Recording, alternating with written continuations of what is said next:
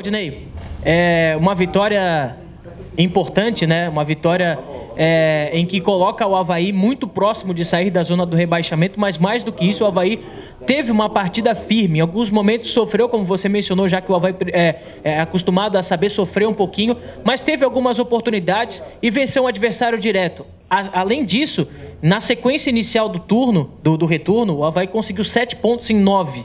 Como aquele objetivo que você falou de conquistar o título do retorno, se possível. Que importância tem essa sequência para o Avaí e o jogo de hoje? Acho que é importantíssimo, assim, a gente precisava ganhar o jogo na ressacada, né? Poderia ser um pouco mais tranquilo, a gente queria que fosse um pouco mais tranquilo, mas, como vocês mesmo falam, o Avaí é sempre desse jeito, é sempre com sofrimento, né? Fizemos o primeiro gol, tivemos chance de fazer o segundo ali, em alguns contra-ataques, algumas oportunidades. E a gente sabe que a Chapecoense é uma equipe que tem muito volume de jogo, principalmente em cima das bolas paradas, né, das bolas longas pro Túlio de Melo ali, ajeitando a bola. É um time, assim, ele consegue ter volume de jogo, não só contra o Avaí, mas contra qualquer adversário, tanto que é uma das equipes que mais finaliza no campeonato, se não for a que mais finaliza, justamente em cima desse volume de jogo que eles criam, né, através dessas jogadas. Eles tiveram umas 2 ou 3 jogadas, uma com a Podi, que foi uma bela jogada dele que finalizou, mas a maioria das chances da Chape foram de bola parada, como o nosso gol também, né, foi através de uma bola parada. E a gente, no intervalo, conversou com os atletas, pedimos para a equipe não recuar, para manter o bloco, na pior das hipóteses, um bloco médio ali, que a gente não baixasse tanto. Mas aí a gente estava contra o vento também, essas bolas longas da Chape acabaram que a gente ficou um pouquinho encurralado, mais do que a gente queria, né? E aí fomos fazendo alterações para procurar corrigir a equipe, né? A gente colocamos o Williams ali, né? Pensando em como a gente começou a perder um pouco os volantes que estavam jogando, a gente botou o Pedro, voltamos para a nossa configuração com o Pedro por dentro, né? A gente estava com os 2 meias abertos, os 2 atacantes por dentro. E pusemos o Dutra para beirada. Depois a gente achou que o Joel estava um pouquinho desgastado, a bola não estava parando tanto na frente, o Dutra estava se desgastando muito na beirada. Optamos colocar o Maicon na linha da frente ali para a gente ficar um pouquinho mais com a bola, ter essa qualidade que o Maicon tem, tomar a decisão boa na hora do penúltimo passe ali, ou do último passe. E por fim, com a saída do Simeão, a gente optou por colocar o Lucas Otávio, uma substituição natural um pelo outro. O Simeão pediu para sair. Mas assim, para nós, no momento, cara, vale os 3 pontos, né? Se a gente puder ganhar os 3 pontos jogando bem, acho que no primeiro tempo a gente já teve uma evolução em questão de propor o jogo, de posse de bola. Acho que talvez tenha sido o primeiro tempo que a gente mais teve posse de bola, corremos poucos riscos, a não ser em jogadas esporádicas de bola parada. Então acho que essa configuração de a gente ter mudado, botar os meias jogando por fora e circulando, e o Dutra mais próximo do Joel, acho que para o primeiro momento deu certo.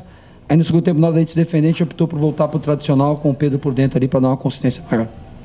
Pois é, até em cima disso, né, Claudinei, dessa mudança que você fez um pouquinho na frente, estava observando o treino ontem, já me chamava a atenção esse trabalho que você estava fazendo com o Pedro mais aberto pelo lado esquerdo e fazendo um revezamento, fazendo a troca, o Juan vindo para o meio e depois o Júnior Dutra. Isso até me chamou a atenção. A ideia até de fazer isso, de repente até para dar um desafogo para a rapaziada, para não ter que correr tanto atrás do Apodi também, essa era uma das ideias? A ideia é assim, a nossa equipe, assim, do jeito que a gente estava jogando, 4-2-3-1, com os atacantes, um atacante e um meio abertos, né? Ou 2 atacantes, porque a gente opta por jogar com 2 atacantes.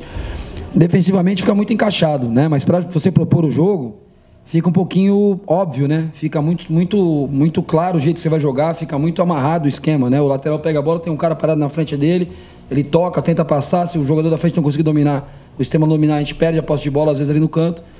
Então a gente pensando em propor o jogo, a gente já tentou várias alternativas, mudando jogadores, características, a gente resolveu mudar, abrir os meias e botar o Dutra mais próximo do Joel. A gente fez um coletivo na quinta, vocês estavam aí, acho que em 20 minutos a gente fez 2 gols, ainda teve mais um gol que foi numa segunda cobrança de falta, viramos já mais um gol, quer dizer, a gente tem dificuldade de fazer gol, a gente mudou, fez uma mudança que a gente criou oportunidades para fazer vários gols e não é fácil fazer gol no nosso time B, porque a formação defensiva, a linha de 4 é a mesma.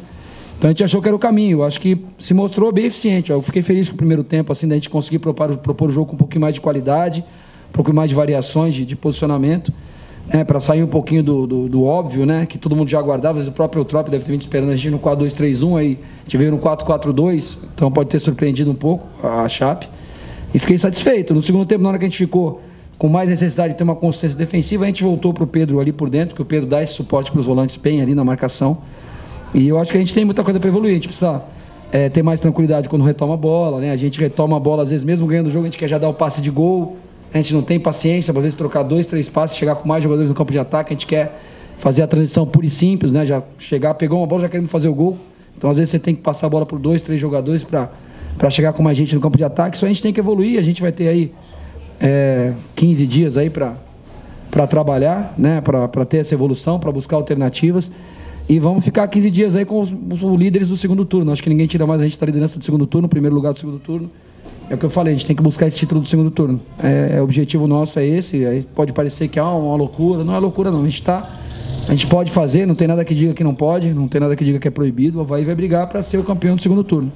Até onde isso vai nos levar, acho que leva a um lugar muito bom. Se por acaso não conseguimos ser campeão, a gente for no segundo, terceiro do segundo turno, a gente consegue o nosso objetivo com maior facilidade, do que a gente ficar só olhando para trás e pensar que a gente ganhou e estamos na zona de rebaixamento ainda.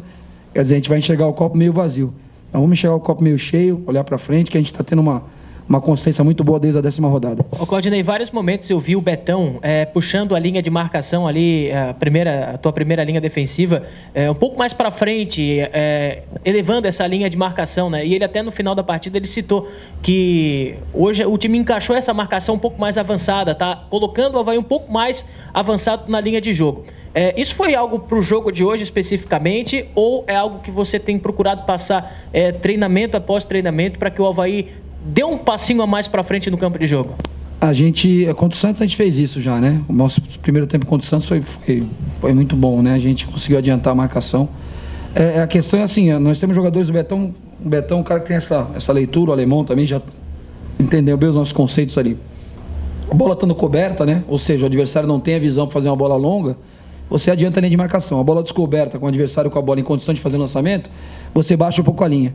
Né? Por que no segundo tempo não deu tão certo? Porque no segundo tempo a gente estava contra o vento.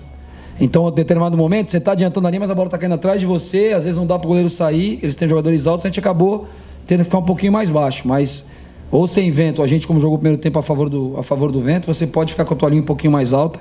O alemão é um jogador rápido, o Betão também, Capa, Leandro, nós temos jogadores rápidos que permitem jogar com uma linha de média para alta, né?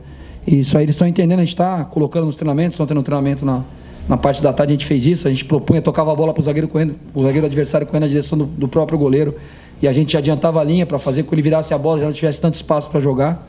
É o que eu estou falando, a evolução tem que ser constante, né? A gente vai propondo novas estratégias, novas nuances na partida para a gente poder melhorar a equipe, né? O segredo é esse, você tem que estar melhorando sempre, né? Não é questão não é só jogador, né, que vai fazer a equipe melhorar, às vezes a mudança de um conceito, uma mudança tática, uma orientação diferente, né, uma atenção para um jogador que está sendo menos aproveitado, né, e isso aí que faz com que a equipe cresça.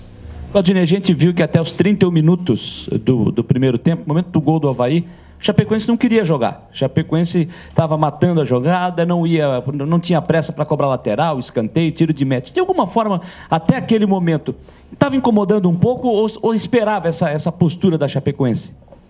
Não, incomodar não incomodou, né? Assim, o adversário veio, lógico, mostrou que a Chapecoense veio respeitando o Avaí, né? Veio sabendo que o empate contra o Avaí que não era um mau resultado para eles, até pela classificação, né? E a gente sabia que eles iam valorizar um pouco, tentar, é normal, né? Tentar segurar um pouco para a gente não naqueles 15, 20 minutos não fazer o gol.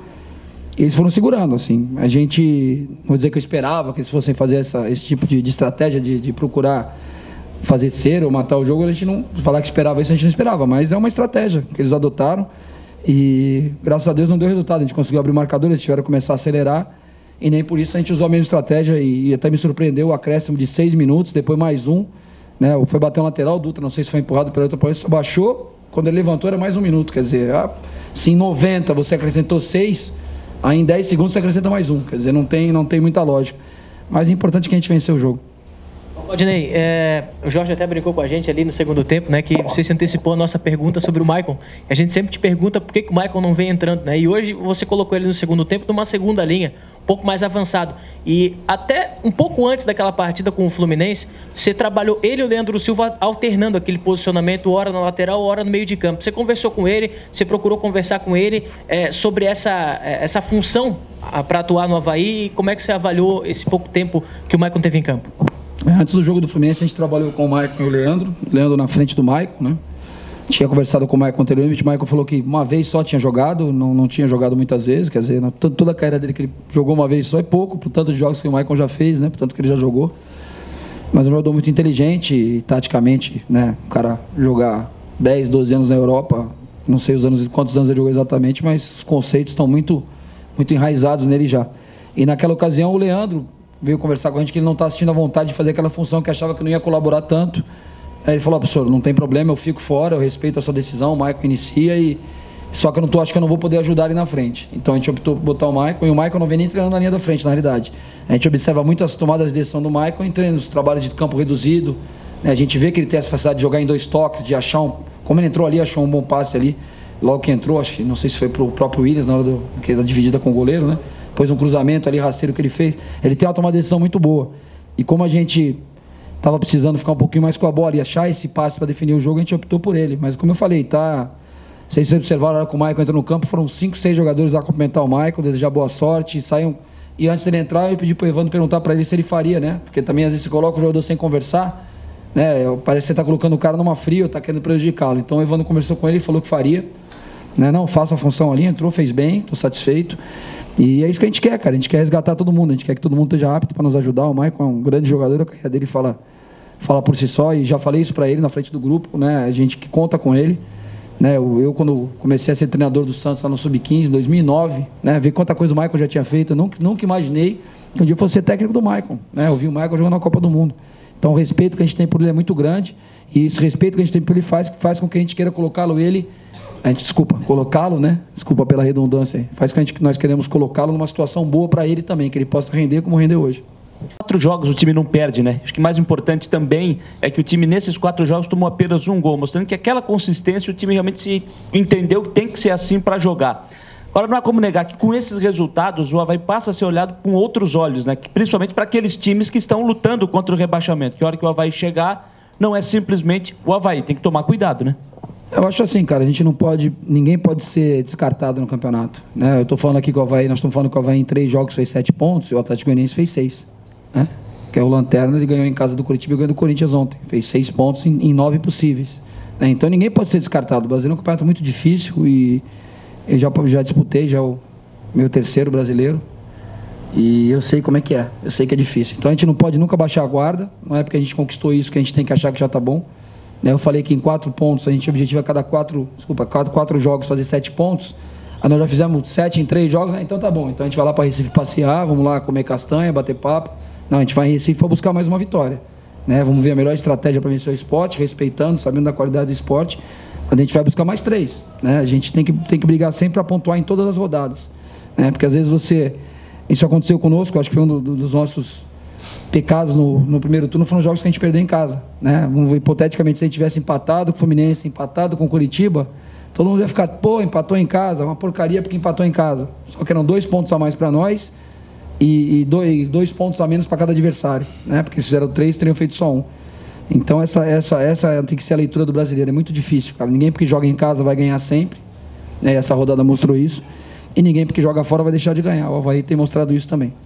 Justamente sobre isso que eu ia comentar com você, Claudinei, porque o torcedor do Avaí, e sempre, em todas as temporadas, foi assim, até no ano passado também, foi um exemplo, né, de que o Avaí não perdia em casa, não perdia na ressacada. E você, rodada após rodada, quando o Avaí tropeçava aqui na ressacada, você mencionava que era preciso resgatar isso.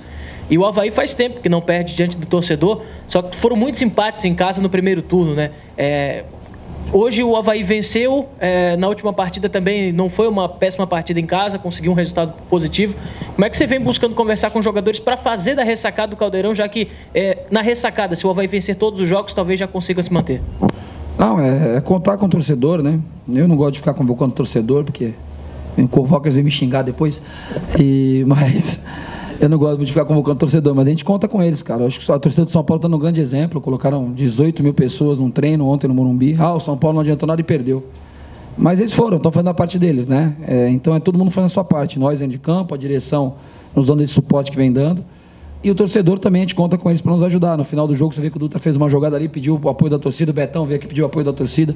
Nós precisamos deles. Na realidade, nós precisamos. Sem o torcedor, a gente não consegue. Um exemplo disso é o Vasco, está jogando longe da torcida, está tendo resultados horríveis, né? O campo ou joga em Volta Redonda, ou tem jogo estádio vazio. Goiás, na Série B, jogando sem torcedor, o Goiás está com o elenco que tenta na zona de rebaixamento, próxima da zona de rebaixamento.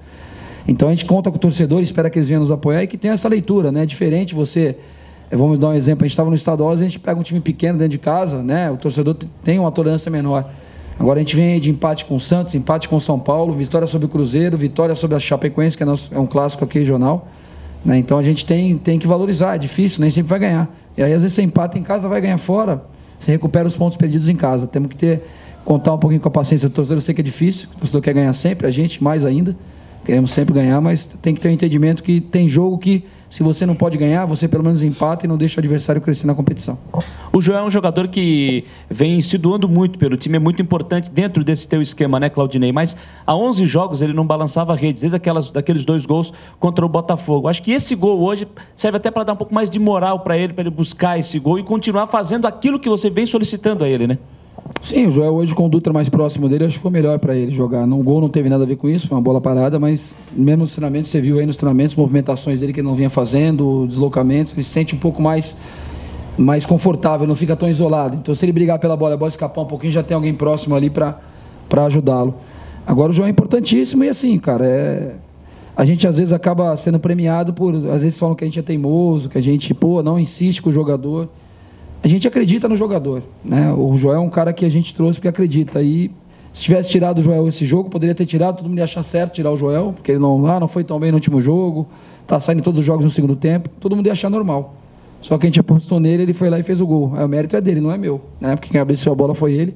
Nosso mérito é de procurar sempre ter essa coerência, acreditar no jogador, né? Até não descartar ninguém antes da hora, não ficar transferindo responsabilidade para os jogadores.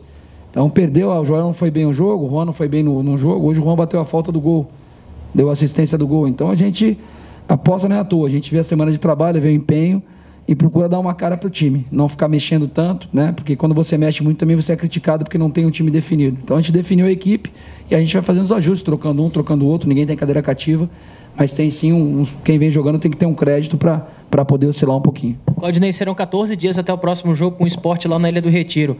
Nesse momento de uma sequência boa, de 4 jogos sem perder, o ideal seria um jogo já na quarta-feira ou já no próximo fim de semana para continuar nesse embalo, ou essas 2 semanas que terão pela frente, que o Avaí vai ter pela frente, é positivo na avaliação porque pode se melhorar alguma coisa ainda? Não, deixa eu descansar um pouquinho, cara. Pressão em cima de pressão, tem que ganhar todo jogo, temos que ganhar do Sport novo. Não, a gente gosta de ter um jogo logo em seguida quando a gente perde. A gente perde, é bom que porque a gente já quer jogar no dia seguinte. Aí todo mundo, o jogador sai com vontade já de jogar e recuperar. Eu acho que esse momento é um momento bom para a gente descansar um pouquinho, trabalhar os atletas essa semana, vamos dar uma folga para eles. Vamos discutir aí, ver quantos dias a gente vai dar de folga, né? Porque é uma coisa necessária também, tá? Uma pegada tá grande. Vamos liberar eles alguns dias aí para descansarem, para ficarem um pouquinho familiares. Mas vamos trabalhar forte essa semana, trabalhar forte a partir da segunda-feira da outra semana também. E eu acho que a gente tem que estar focado, não vamos perder o foco, mas eu acho que nesse momento é bom a gente sair um pouquinho da pressão também e não relaxar, mas descansar, aproveitar um pouquinho esse momento, curtir o momento, porque a pressão ainda está grande, já estava, ainda continua, mas estava maior. Então é curtir esse momento e aproveitar esse astral para a gente estar mais junto com os jogadores, trabalhar os fundamentos e valências do jogo que a gente não está conseguindo trabalhar tanto. Você vê que essas semanas em sequência a gente pede, né? A gente tem as semanas cheias para trabalhar. Eu acho que o resultado está vindo, né? A gente consegue trabalhar algumas coisas diferentes durante as semanas e consegue apresentar uma evolução, né? Se a gente estivesse jogando quarta e domingo, talvez não estivesse nem aqui dando entrevista, porque a gente não tem tempo para trabalhar, as coisas não acontecem, você não pode mexer, não pode treinar. Então, graças a Deus, as coisas estão acontecendo, a gente está tendo esse tempo para trabalhar, agora vamos ter um tempo maior ainda e procurar aproveitar o tempo, não é só ter o tempo e não trabalhar e não fazer nada. Técnico Claudinei Oliveira, depois da vitória por 1-0 sobre a equipe da Chapecoense, a programação também prevê o retorno das atividades já nessa segunda-feira à tarde. Aí treinamento na terça, quarta,